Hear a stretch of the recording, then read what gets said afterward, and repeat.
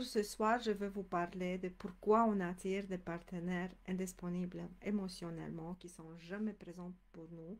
Peut-être sont pris dans les anciens amours, peut-être sont pris ailleurs dans leur vie, mais ils n'ont jamais cette disponibilité émotionnelle pour nous. Justement parce que, vous savez, je fais un lien parce que quand j'ai fondé le groupe, je me retrouvais exactement dans cette situation où les hommes que j'ai rencontrés dans ma vie étaient complètement indisponibles émotionnellement. Et vous savez, à ce moment-là, je vivais un divorce extrêmement difficile. J'étais mariée depuis 15 ans avec un homme narcissique et les choses avaient vraiment, vraiment dérapé. Et finalement, on est arrivé à un divorce. Mais finalement, le divorce est produit de cette façon. Je dis, je ne peux plus rester dans cette relation trop souffrante, trop destructrice. Peut-être que si vous êtes un empathe et vous êtes dans une relation, vous avez eu une relation avec un narcissique, vous savez qu'est-ce qui se passe. Et je dis, ben, c'est assez. J'ai pris ma valise et je suis partie. Et pas longtemps après avoir fait ce pas, avec ce pas, comme peut-être une année plus tard, j'ai rencontré un homme parce que moi je disais je dois refaire ma vie, vous savez, toutes ces histoires, je ne peux pas rester toute seule, j'ai peur de rester toute seule, qu'est-ce qui va se passer avec moi, je ne veux pas mourir, j'avais 36 ans, je me voyais déjà en train de mourir toute seule. Et c'était vraiment, vraiment très apeurant pour moi. Et j'ai rencontré un homme qui avait exactement les mêmes blessures que moi. Lui, il venait de divorcer depuis à peu près une année comme moi. Lui avait deux enfants comme moi. On avait exactement les mêmes blessures. Et à ce moment-là, je dis, waouh, enfin, je rencontrais mon âme sœur. Vous savez, cette histoire qui te met tellement dans l'erreur sur les âmes sœurs, les âmes qui est destiné pour toi, toutes ces histoires-là de là, mais à ce moment-là, je les croyais vraiment, je les crois même maintenant, mais sous un angle complètement différent. Bien entendu, mais après un moment, on s'est mis ensemble dans une sorte de relation.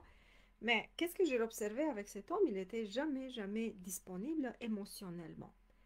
Il était à côté de moi, mais physiquement, mais émotionnellement, il était à côté de sa femme, à côté de ses problèmes, parce que cette femme, son épouse qu'il avait divorcé en arrière, c'était son grand amour, avait été son grand amour. Et vous savez, c'est ça qui était vraiment troublant pour moi. Je ne comprenais pas, mais qu'est-ce qui se passe? C'est fini cette relation.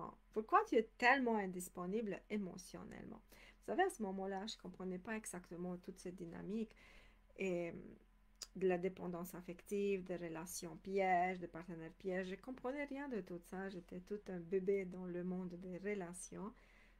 Et je peux vous dire qu'après 6 mois, la relation s'est finie très mal. Et même pendant ces 6 mois, la chose qui me dérangeait le plus, quand je regarde en arrière à ce niveau-là que j'avais à ce moment-là, c'était le fait qu'il était toujours, toujours indisponible émotionnellement. Il n'était jamais, jamais présent. Il avait toujours quelque chose à faire, il avait toujours un commentaire sur sa femme, il était jamais présent pour moi pour voir toi là, toi, c'est toi qui te vois. Et vous savez, justement, ces échecs amoureux m'ont conduit vers qui je suis aujourd'hui. Je suis coach intuitive spécialisée dans la reprogrammation mentale et émotionnelle. Je me suis penchée longtemps, longtemps, longtemps. Ça, c'est ma base de mon coaching sur la guérison de l'enfant intérieur. Et aujourd'hui, je viens avec un retour vers ma première passion, les relations amoureuses. Et vous allez me retrouver souvent dans le groupe parler des relations amoureuses et de qu'est-ce qui nous fait souffrir dans ces relations amoureuses, justement parce que personne ne nous enseigne. Maintenant, quand je pense en arrière à tout ce qui s'est passé pendant ces années-là, je réalisais que, ok, j'ai aucun outil. Je sais rien faire, j'ai aucune idée comment m'en sortir. Donc j'étais démunie de tout outil. Et c'est pour cette raison que j'ai construit par la suite en tant que coach. Pour mes clientes, j'ai construit énormément d'outils justement pour les aider à traverser leurs relations amoureuses, à traverser la dépendance affective.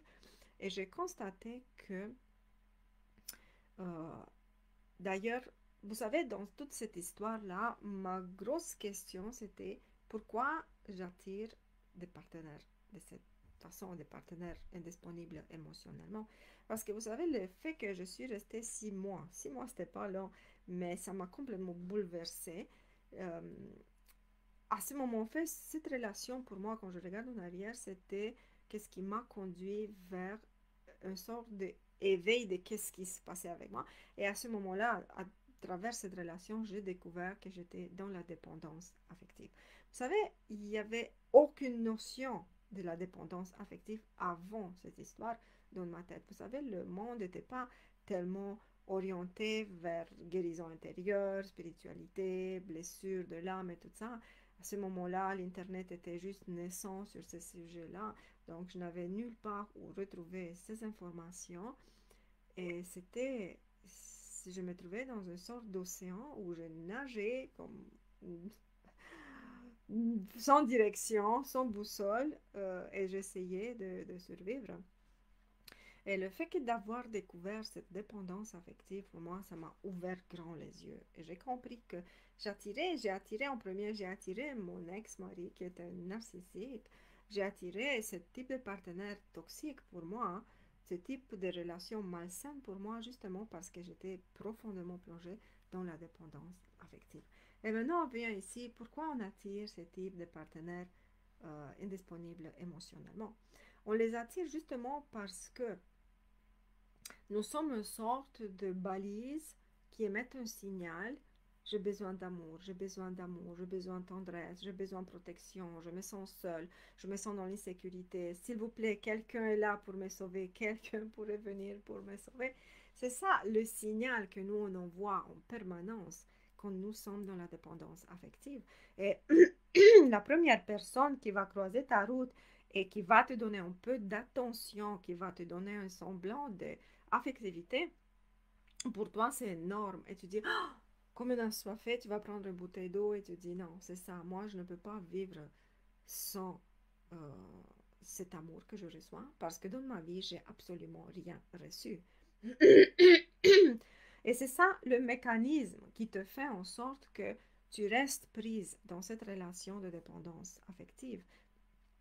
Parce que, vous savez, les personnes qui sont manipulatrices et les personnes qui sont toxiques pour nous, elles sont euh, très, très basses, comment je pourrais dire, sont très douées pour nous attirer.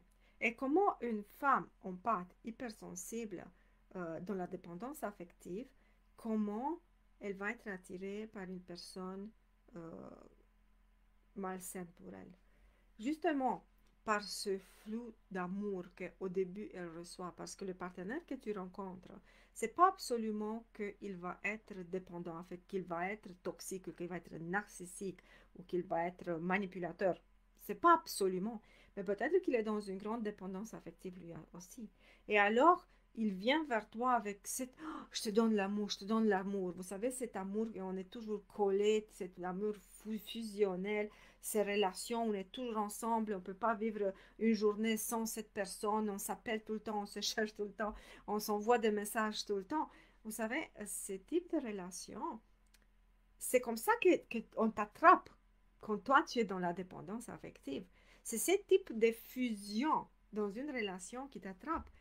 Et c'est pour ça que tu restes, c'est pour ça que tu rentres de tout ton cœur, et c'est pour ça que tu ne vois pas le drapeau rouge, qu'est-ce qu'on dit, tu ne vois pas les problèmes qui sont, et même si tu vois que peut-être il a un comportement un peu déplacé au début de ta relation, qu'est-ce qu'il te donne émotionnellement parlant, pour toi c'est trop important, pour toi c'est trop intense, pour toi c'est trop bon pour que tu renonces.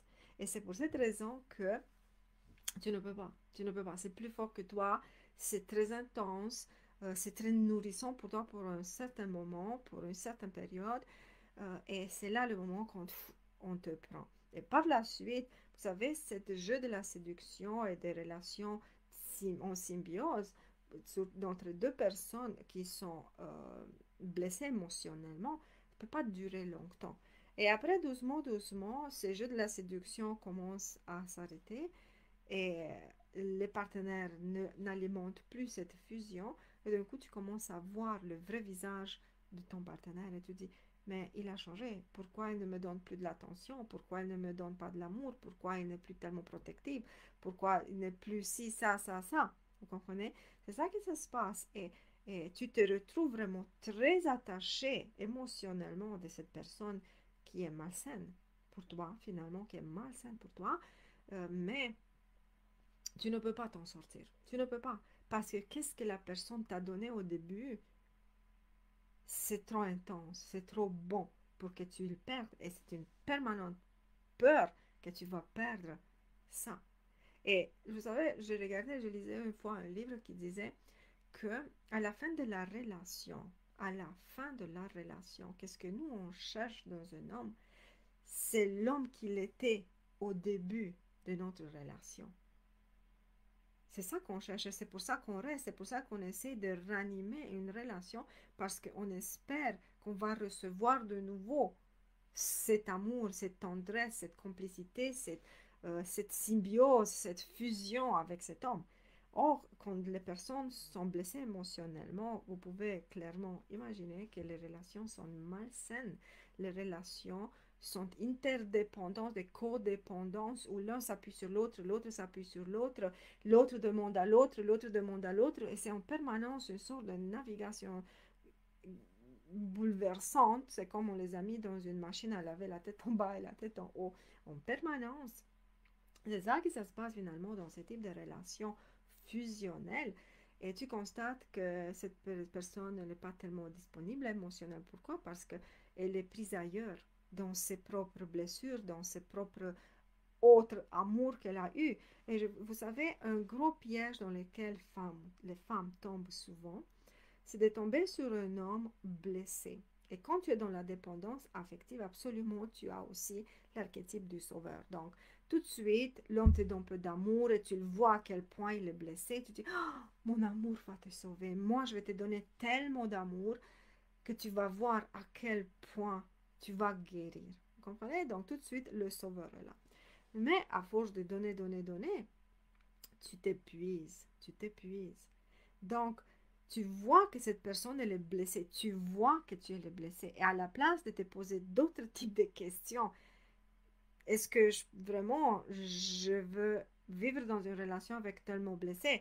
Est-ce que je veux vraiment entrer dans une relation avec un homme qui n'est pas disponible émotionnellement pour moi? Est-ce que vraiment je veux sauver cette personne? Est-ce que vraiment c'est mon rôle de sauver? Est-ce que je dois sauver ou je veux accompagner? C'est d'autres types de questions que tu dois te poser quand tu es sain émotionnellement. Mais quand tu es dans la dépendance affective, le fait que ce partenaire il est blessé, pour toi, c'est une sorte de récompense. Et tu dis, je veux le sauver. Oh my God, mon amour va le sauver. Et tu te sens, tu te lances comme ça, à plein bras, tu te lances dans cette relation qui finalement, elle te dévore. Elle prend toute ton énergie, elle prend toute ta force d'exister et te détruit. Mais tous ces mécanismes inconscients, la dépendance affective, ton besoin de ces miettes d'amour qu'elle te donne, la sauveuse, que tu veux sauver cette personne, elle te garde dans ce type de relation destructrice. Et vous savez quel est le problème? Tu n'es même pas consciente.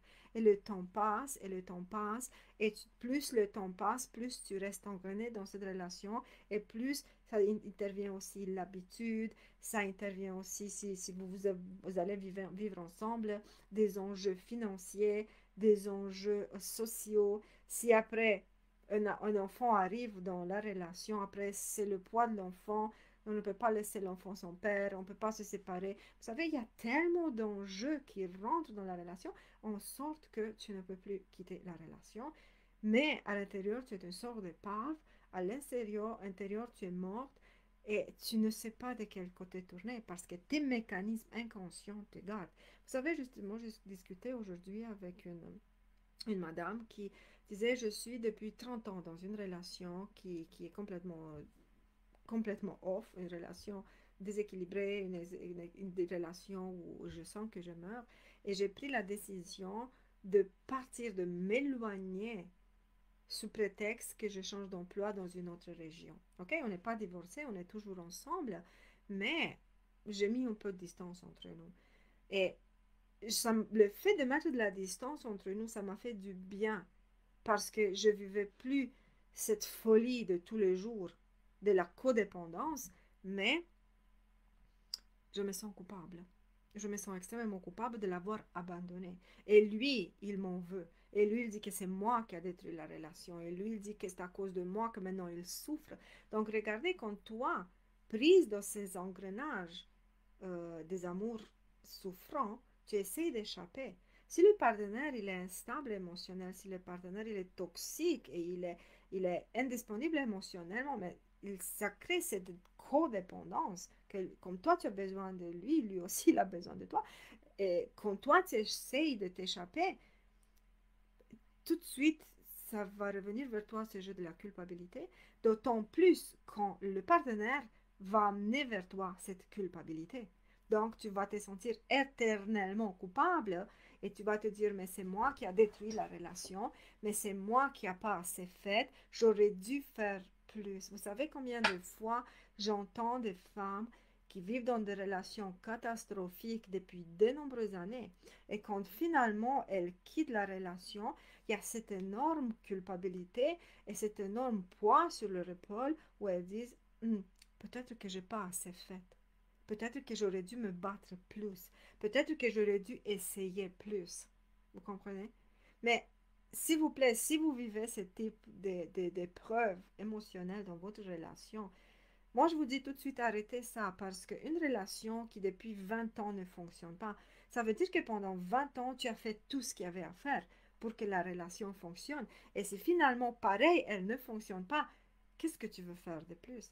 Mais qu'est-ce que je veux venir ou je veux en venir avec cette vidéo et je vais vous expliquer, sont des mécanismes inconscients tellement profonds, ancrés à l'intérieur de nous, tellement profonds en nous, que nous sommes complètement incapables de sortir de là. Nous sommes incapables d'avoir un peu de recul par rapport à nos propres comportements inconscients, que on est complètement aveuglé, complètement aveuglé. Donc, regardez comme la dépendance affective nous met la tête directement dans des relations malsaines, destructrices, et plus on reste dans la relation, plus c'est difficile de partir par la suite.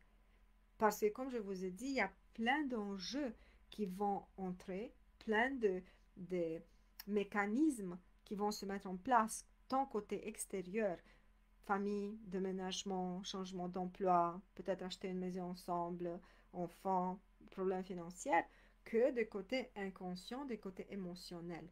Ah, mais je dois le sauver, mais sans moi, il ne pourrait pas se débrouiller. Mais si je quitte, qu'est-ce qui va se passer avec lui? Mais si je pars maintenant, peut-être que je suis une mauvaise personne. Ah, mais je ne devrais pas être la sauveuse tout de suite. Je ne devrais pas abandonner une personne dans le besoin. Et vous savez, les personnes qui sont dans la dépendance affective et les personnes qui sont prises dans l'archétype du sauveur, elles ont euh, un énorme poids qu'elles portent.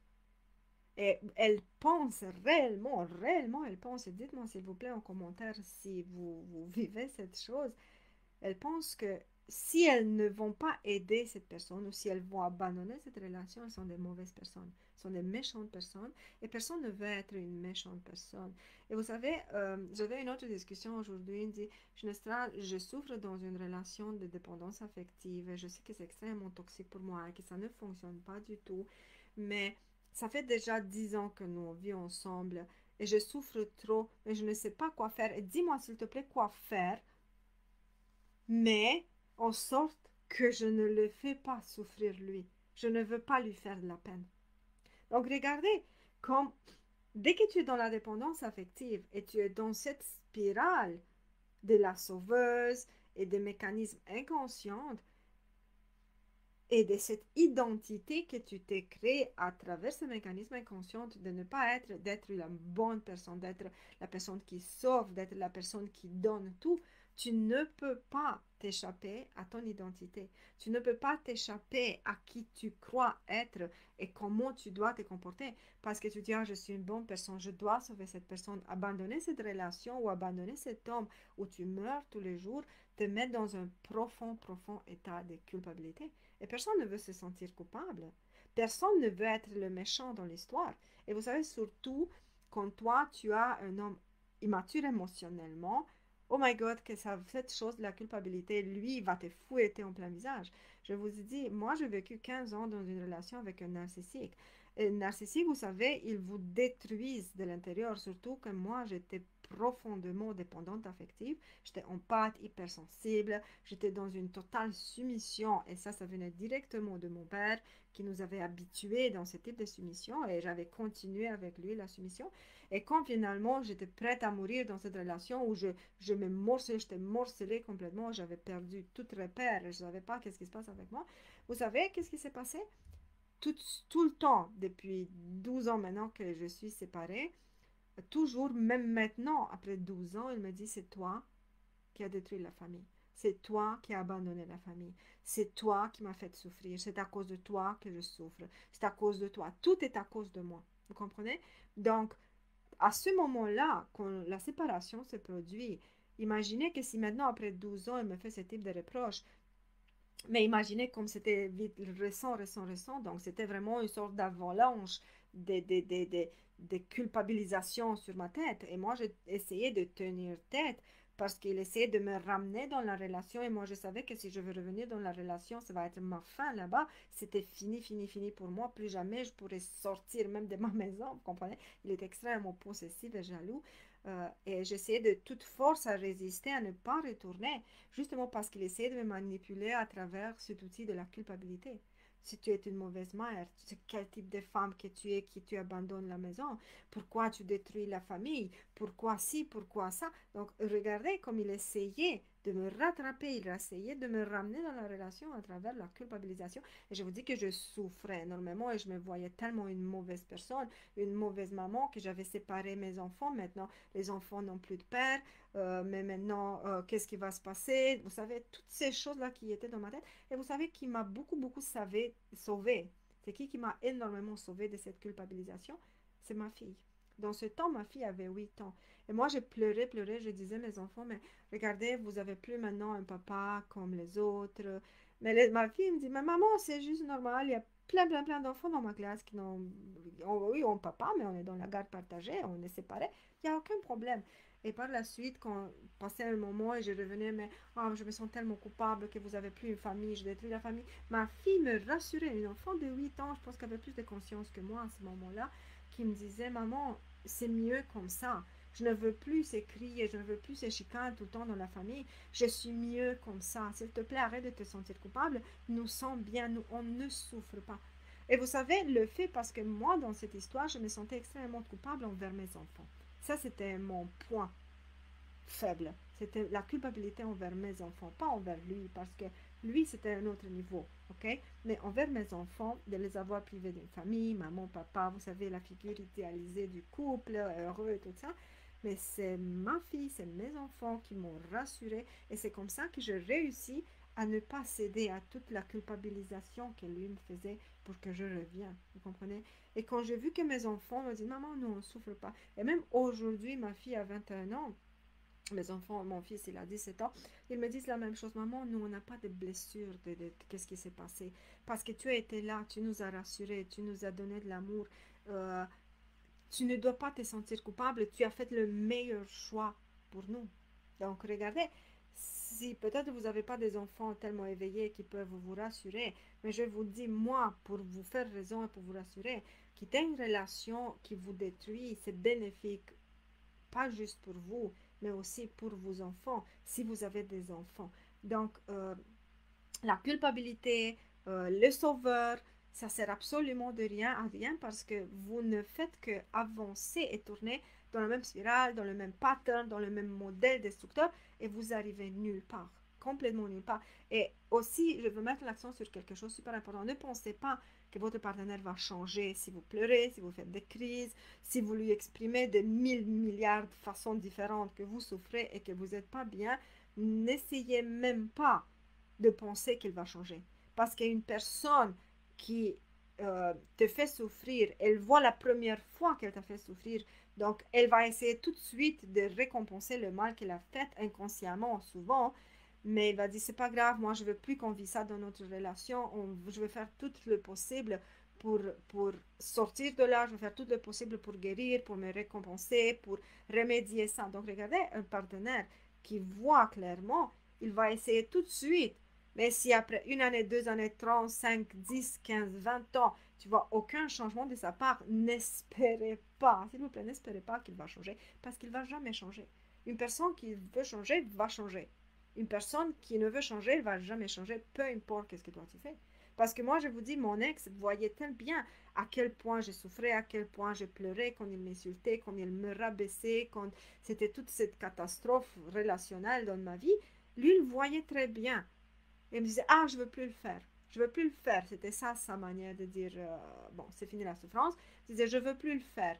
Et vous savez qu'est-ce qui s'est passé? Il le faisait encore. Il le faisait 3 jours plus tard, il recommençait, il recommençait, il recommençait. Il était incapable de voir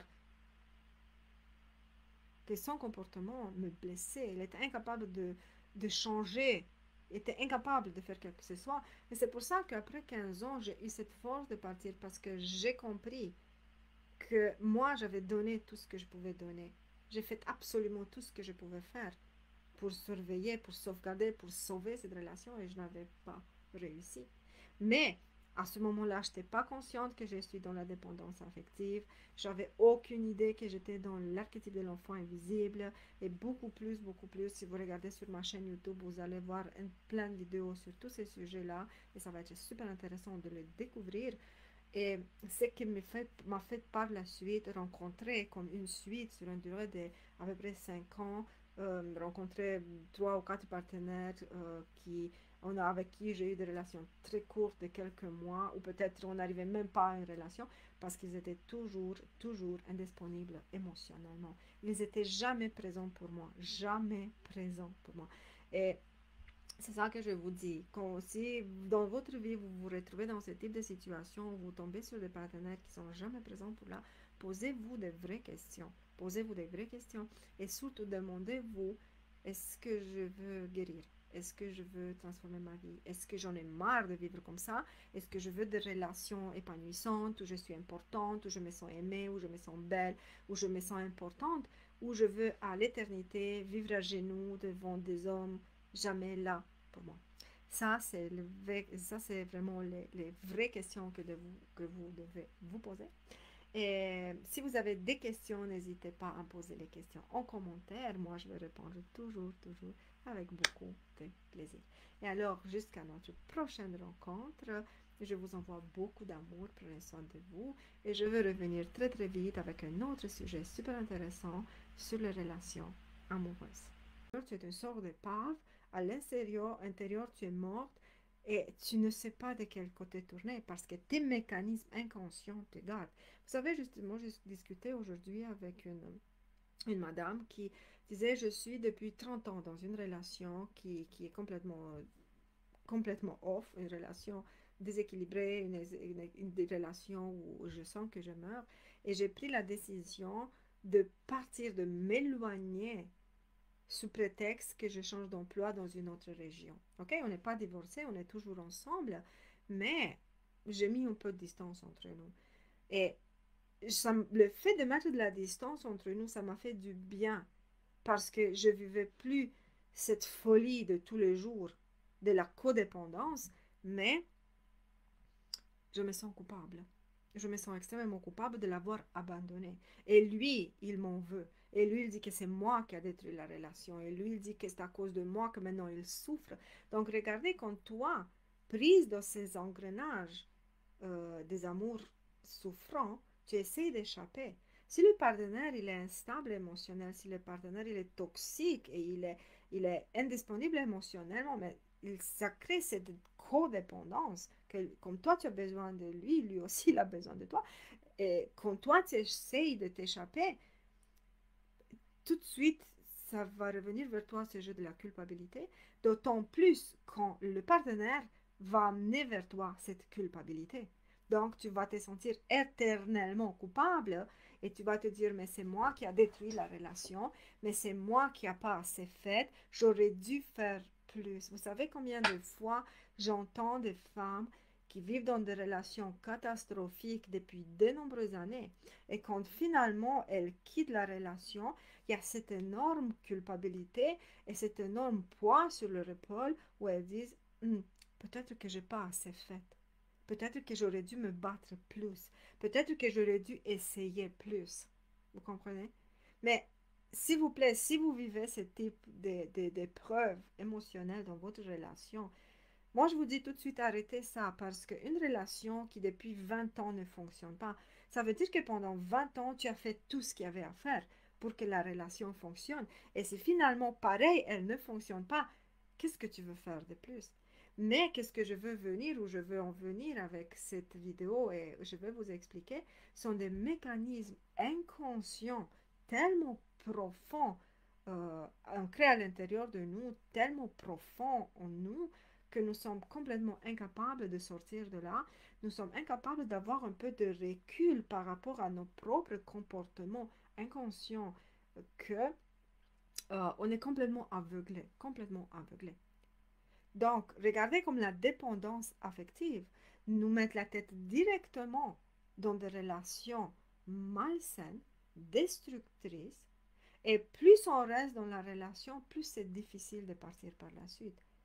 Parce que, comme je vous ai dit, il y a plein d'enjeux qui vont entrer, plein de mécanismes qui vont se mettre en place, tant côté extérieur, famille, déménagement, changement d'emploi, peut-être acheter une maison ensemble, enfants, problèmes financiers, que de côté inconscient, des côtés émotionnels. Ah, mais je dois le sauver, mais sans moi, il ne pourrait pas se débrouiller. Mais si je quitte, qu'est-ce qui va se passer avec lui? Mais si je pars maintenant, peut-être que je suis une mauvaise personne. Ah, mais je ne devrais pas être la sauveuse tout de suite, je ne devrais pas abandonner une personne dans le besoin. Et vous savez, les personnes qui sont dans la dépendance affective et les personnes qui sont prises dans l'archétype du sauveur, elles ont euh, un énorme poids qu'elles portent. Et elles pensent réellement, réellement, elles pensent, et dites-moi s'il vous plaît en commentaire si vous vivez cette chose, elles pensent que si elles ne vont pas aider cette personne ou si elles vont abandonner cette relation, elles sont des mauvaises personnes, elles sont des méchantes personnes et personne ne veut être une méchante personne. Et vous savez, j'avais une autre discussion aujourd'hui, il dit, je souffre dans une relation de dépendance affective et je sais que c'est extrêmement toxique pour moi et que ça ne fonctionne pas du tout, mais ça fait déjà 10 ans que nous vivons ensemble et je souffre trop, mais je ne sais pas quoi faire. Et dis-moi s'il te plaît quoi faire, mais en sorte que je ne le fais pas souffrir lui. Je ne veux pas lui faire de la peine. Donc regardez, comme dès que tu es dans la dépendance affective et tu es dans cette spirale de la sauveuse et des mécanismes inconscients et de cette identité que tu t'es créée à travers ce mécanisme inconscient de ne pas d'être la bonne personne, d'être la personne qui sauve, d'être la personne qui donne tout, tu ne peux pas t'échapper à ton identité. Tu ne peux pas t'échapper à qui tu crois être et comment tu dois te comporter. Parce que tu dis, ah, je suis une bonne personne, je dois sauver cette personne. Abandonner cette relation ou abandonner cet homme où tu meurs tous les jours te met dans un profond, profond état de culpabilité. Et personne ne veut se sentir coupable. Personne ne veut être le méchant dans l'histoire. Et vous savez, surtout quand toi, tu as un homme immature émotionnellement, oh my God, que ça, cette chose de la culpabilité, lui, il va te fouetter en plein visage. Je vous ai dit, moi, j'ai vécu 15 ans dans une relation avec un narcissique. Et narcissique, vous savez, ils vous détruisent de l'intérieur, surtout que moi, j'étais profondément dépendante affective. J'étais en pâte, hypersensible. J'étais dans une totale soumission. Et ça venait directement de mon père qui nous avait habitués dans ce type de soumission. Et j'avais continué avec lui la soumission. Et quand finalement j'étais prête à mourir dans cette relation où je me morcelais, j'étais morcelée complètement, j'avais perdu tout repère, je ne savais pas qu'est-ce qui se passe avec moi. Vous savez qu'est-ce qui s'est passé? Tout, tout le temps, depuis 12 ans maintenant que je suis séparée, toujours, même maintenant, après 12 ans, il me dit, c'est toi qui as détruit la famille. C'est toi qui as abandonné la famille. C'est toi qui m'as fait souffrir. C'est à cause de toi que je souffre. C'est à cause de toi. Tout est à cause de moi. Vous comprenez? Donc, à ce moment-là, quand la séparation se produit, imaginez que si maintenant, après 12 ans, il me fait ce type de reproche, mais imaginez comme c'était vite récent, récent, récent, donc c'était vraiment une sorte d'avalanche de culpabilisation sur ma tête. Et moi, j'ai essayé de tenir tête parce qu'il essayait de me ramener dans la relation et moi je savais que si je veux revenir dans la relation, ça va être ma fin là-bas. C'était fini, fini, fini pour moi. Plus jamais je pourrais sortir même de ma maison, vous comprenez? Il est extrêmement possessif et jaloux. Et j'essayais de toute force à résister, à ne pas retourner, justement parce qu'il essayait de me manipuler à travers cet outil de la culpabilité. Si tu es une mauvaise mère, c'est quel type de femme que tu es, qui tu abandonnes la maison, pourquoi tu détruis la famille, pourquoi ci, pourquoi ça. Donc regardez comme il essayait de me rattraper, il essayait de me ramener dans la relation à travers la culpabilisation. Et je vous dis que je souffrais énormément et je me voyais tellement une mauvaise personne, une mauvaise maman, que j'avais séparé mes enfants. Maintenant, les enfants n'ont plus de père, mais maintenant, qu'est-ce qui va se passer? Vous savez, toutes ces choses-là qui étaient dans ma tête. Et vous savez qui m'a beaucoup, beaucoup sauvé. C'est qui m'a énormément sauvé de cette culpabilisation? C'est ma fille. Dans ce temps, ma fille avait 8 ans.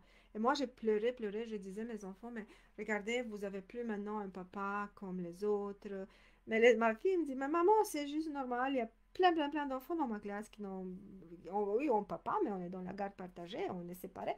Il n'y a aucun problème. Et par la suite, quand passait un moment et je revenais, mais je me sens tellement coupable que vous n'avez plus une famille, je détruis la famille. Ma fille me rassurait, une enfant de 8 ans, je pense qu'elle avait plus de conscience que moi à ce moment-là, qui me disait, maman, c'est mieux comme ça. Je ne veux plus ces cris et je ne veux plus ces chicanes tout le temps dans la famille. Je suis mieux comme ça. S'il te plaît, arrête de te sentir coupable. Nous sommes bien, nous, on ne souffre pas. Et vous savez, le fait, parce que moi, dans cette histoire, je me sentais extrêmement coupable envers mes enfants. Ça, c'était mon point faible. C'était la culpabilité envers mes enfants, pas envers lui, parce que lui, c'était un autre niveau, ok? Mais envers mes enfants, de les avoir privés d'une famille, maman, papa, vous savez, la figure idéalisée du couple, heureux et tout ça. Mais c'est ma fille, c'est mes enfants qui m'ont rassurée et c'est comme ça que je réussis à ne pas céder à toute la culpabilisation que lui me faisait pour que je revienne, vous comprenez? Et quand j'ai vu que mes enfants me disent, maman, nous, on ne souffre pas. Et même aujourd'hui, ma fille a 21 ans, mes enfants, mon fils, il a 17 ans, ils me disent la même chose. Maman, nous, on n'a pas de blessure de qu'est-ce qui s'est passé. Parce que tu as été là, tu nous as rassurés, tu nous as donné de l'amour. Euh, Tu ne dois pas te sentir coupable, tu as fait le meilleur choix pour nous. Donc, regardez, si peut-être vous n'avez pas des enfants tellement éveillés qui peuvent vous rassurer, mais je vous dis, moi, pour vous faire raison et pour vous rassurer, quitter une relation qui vous détruit, c'est bénéfique, pas juste pour vous, mais aussi pour vos enfants, si vous avez des enfants. Donc, la culpabilité, le sauveur, ça sert absolument de rien à rien parce que vous ne faites que avancer et tourner dans la même spirale, dans le même pattern, dans le même modèle destructeur et vous arrivez nulle part, complètement nulle part. Et aussi, je veux mettre l'accent sur quelque chose de super important. Ne pensez pas que votre partenaire va changer si vous pleurez, si vous faites des crises, si vous lui exprimez de 1000 milliards de façons différentes que vous souffrez et que vous n'êtes pas bien. N'essayez même pas de penser qu'il va changer. Parce qu'une personne qui te fait souffrir, elle voit la première fois qu'elle t'a fait souffrir, donc elle va essayer tout de suite de récompenser le mal qu'elle a fait inconsciemment, souvent, mais elle va dire, c'est pas grave, moi je veux plus qu'on vit ça dans notre relation, je veux faire tout le possible pour sortir de là, je vais faire tout le possible pour guérir, pour me récompenser, pour remédier ça. Donc regardez, un partenaire qui voit clairement, il va essayer tout de suite. Mais si après une année, 2 années, 30, 5, 10, 15, 20 ans, tu vois aucun changement de sa part, n'espérez pas, s'il vous plaît, n'espérez pas qu'il va changer, parce qu'il ne va jamais changer. Une personne qui veut changer, va changer. Une personne qui ne veut changer, elle va jamais changer, peu importe ce que toi tu fais. Parce que moi, je vous dis, mon ex voyait tellement bien à quel point je souffrais, à quel point je pleurais, quand il m'insultait, quand il me rabaissait, quand c'était toute cette catastrophe relationnelle dans ma vie. Lui, il voyait très bien. Il me disait, ah, je ne veux plus le faire. Je ne veux plus le faire. C'était ça sa manière de dire, bon, c'est fini la souffrance. Il disait, je ne veux plus le faire. Et vous savez qu'est-ce qui s'est passé? Il le faisait encore. Il le faisait 3 jours plus tard, il recommençait, il recommençait, il recommençait. Il était incapable de voir que son comportement me blessait. Il était incapable de changer. Il était incapable de faire quelque chose que ce soit. Et c'est pour ça qu'après 15 ans, j'ai eu cette force de partir parce que j'ai compris que moi, j'avais donné tout ce que je pouvais donner. J'ai fait absolument tout ce que je pouvais faire pour surveiller, pour sauvegarder, pour sauver cette relation et je n'avais pas réussi. Mais À ce moment-là, je n'étais pas consciente que je suis dans la dépendance affective. J'avais aucune idée que j'étais dans l'archétype de l'enfant invisible. Et beaucoup plus, si vous regardez sur ma chaîne YouTube, vous allez voir plein de vidéos sur tous ces sujets-là. Et ça va être super intéressant de les découvrir. Et ce qui m'a fait par la suite rencontrer comme une suite sur une durée de à peu près 5 ans, rencontrer 3 ou 4 partenaires avec qui j'ai eu des relations très courtes de quelques mois, ou peut-être on n'arrivait même pas à une relation parce qu'ils étaient toujours indisponibles émotionnellement. Ils n'étaient jamais présents pour moi, jamais présents pour moi. Et c'est ça que je vous dis. Quand si dans votre vie, vous vous retrouvez dans ce type de situation, vous tombez sur des partenaires qui sont jamais présents pour là, posez-vous des vraies questions. Posez-vous des vraies questions. Et surtout, demandez-vous, est-ce que je veux guérir? Est-ce que je veux transformer ma vie? Est-ce que j'en ai marre de vivre comme ça? Est-ce que je veux des relations épanouissantes, où je suis importante, où je me sens aimée, où je me sens belle, où je me sens importante? Ou je veux à l'éternité vivre à genoux devant des hommes jamais là pour moi. Ça, c'est vraiment les vraies questions que vous devez vous poser. Et si vous avez des questions, n'hésitez pas à poser les questions en commentaire. Moi, je vais répondre toujours avec beaucoup de plaisir. Et alors, jusqu'à notre prochaine rencontre, je vous envoie beaucoup d'amour, prenez soin de vous. Et je vais revenir très vite avec un autre sujet super intéressant sur les relations amoureuses.